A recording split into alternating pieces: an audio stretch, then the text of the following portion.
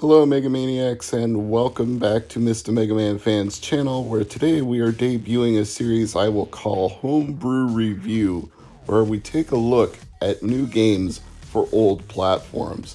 And this one is called Genesis, and it's made for Nintendo Game Boy. Now I got this email quite at random at my Mr. MegaManFan official account, and when I looked at it I thought, well, what is the possibility that they'll actually send me a copy for review? But since it said promos delivered upon request, I decided to give it a shot, so I hit reply and said, hey, I'd be interested in a copy of this game for review, and they got back to me, same day, and said, here you go, here's a ROM. I said, are there any restrictions on this? And they said, yeah, don't release the ROM to anybody else. Well, of course not. You're selling this game, so I'm not going to give it away for free to other people.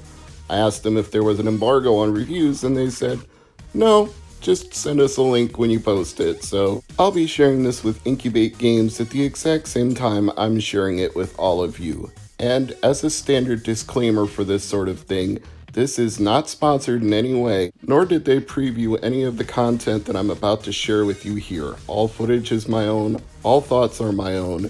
This review is entirely my own opinion, good, bad, or indifferent. And that will be the case on Homebrew Reviews for as long as I do it. Even if I get a promo copy, I will not accept anything other than the copy with no restrictions. If they try to tell me that I can't publish a review without them screening it first, then I won't accept it. And if I have to buy it because they won't give me a copy without restrictions, then I will just wait until it's physically released and buy a copy for myself. The creator of this game is Andreas Winhard, and I hope I'm pronouncing his name correctly. He's a German game developer who goes by the handle 7FH. I have no idea what that stands for, but I do know he's known for two things, Black Castle and this. And never having played Black Castle, I will only be able to speak about his developing skills as pertains to this game. I would say that based on my experience, he is inspired by old school Game Boy games like Solar Striker, which you will very quickly notice from the fact this is a vertical shoot 'em up that scrolls from the top down, with enemies coming at you in waves as your ship fires at them. So far as I can tell, this game only involves the D-pad and the firing button. There is no secondary weapon, no homing missiles, no smart bombs, no extras of any kind. The only things you can get are the pickups that are dropped on the screen. One of them will clear the screen for you, but the others just seem to be either upgrades to your shot to make it a more powerful shot, or a spread shot that covers a larger area of the screen. These are not unlimited accessories, however. They do have a power bar at the bottom of the screen, and the more you use them, the more the power bar drains from right to left. So if you have a spread shot and you want to keep it for a boss, don't just hold down the firing button, because you can auto-fire by holding the button, but that drains your power up faster, and when it's gone, it's gone. So you have to be somewhat selective if you want to keep it for a boss encounter like this one, but my personal advice would be not to worry about it too much, because from what I've found in my limited play of this game, you don't need to worry about not being able to defeat a boss if you don't have a powered up weapon.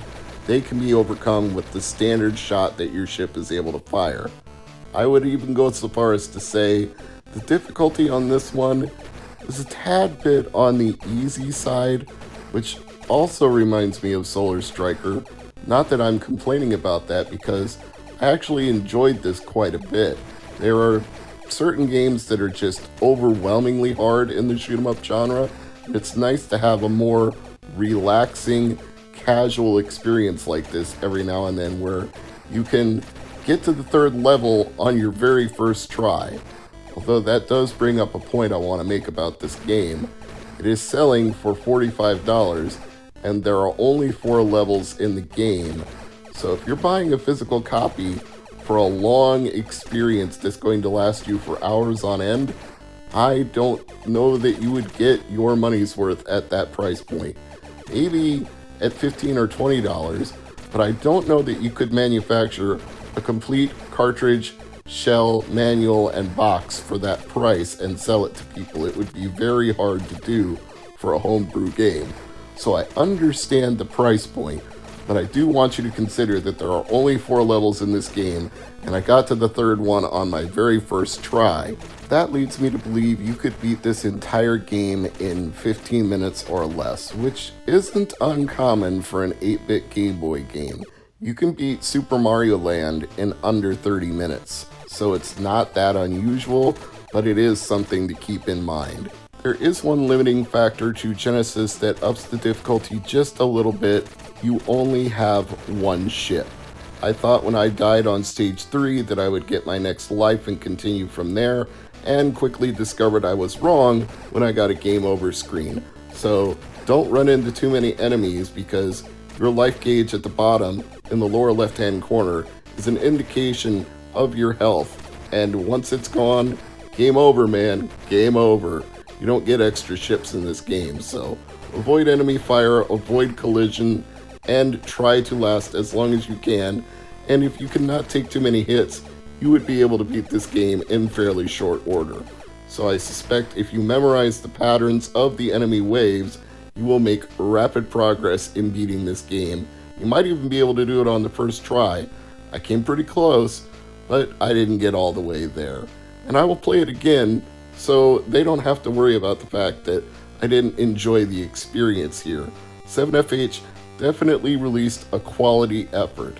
It doesn't push the boundaries of what a Game Boy Homebrew can do, but I don't think I set my expectations that high that I thought it was going to be a complete revolution. I just wanted a fun experience, and I would say that Genesis delivered that, a very nostalgic Solar Striker-esque experience that anybody who enjoyed that game on the original Game Boy would also enjoy this top-down scrolling shooter as well. And when you think about the price point, I know I said $45 is a little expensive for a game that you can probably beat in under a half hour, maybe 15 minutes, but you would have paid those kind of prices back in the late 80s and early 90s, $30, $40 for a Nintendo published Game Boy game that would have had an equally short experience. So you could actually argue that it's a bargain compared to what you would pay with the cost of inflation in 2021 dollars for a game from those days. You would be paying $70 or $80 instead of $45. There is a plot to this game, not that you necessarily need to know it. In the year 2120, Earth has been attacked by an evil artificial intelligence named Genesis. One single fighter broke through their ferocious siege, and that, my friends, is you. You are the savior of mankind. So dodge enemy fire, collect shield energy and power-ups, and get all of the enemies before they destroy the Earth. Make your way through 4 action-packed levels and beat each boss to reach the main processor of the evil AI known as Genesis. Can you overcome the evil invasion? If I was to critique anything about this game other than the difficulty, I would say that the music borders on slightly repetitive. It doesn't take full advantage of the chiptune possibilities that a classic Nintendo Game Boy can offer, but it does offer a wide variety of compatibility, being an original Game Boy title. It works on Game Boy, Game Boy Color, Game Boy Advance, EverDrives, and all emulators. Anything that I've tested it on, it works great. That backward compatibility with old Game Boy games is really a treat, which does, I think, add extra value to something like Genesis for Game Boy. So overall, I'm giving 7FH a 7 out of 10 for Genesis on Game Boy. Despite that awkward name making me want to say Genesis does what Nintendo don't, this is Nintendo doing what Game Boy can, and I think they do vertical scrolling shooters like this fairly well despite the limitations in power of an original Game Boy. Pre-orders started on April 30th and end on June 7th, 2021, so check out the Incubate Games website if you want to order a copy of Genesis for release in September. That's incube8games.com. I'd like to thank them for the promo, and I'd like to thank you for watching Homebrew Review.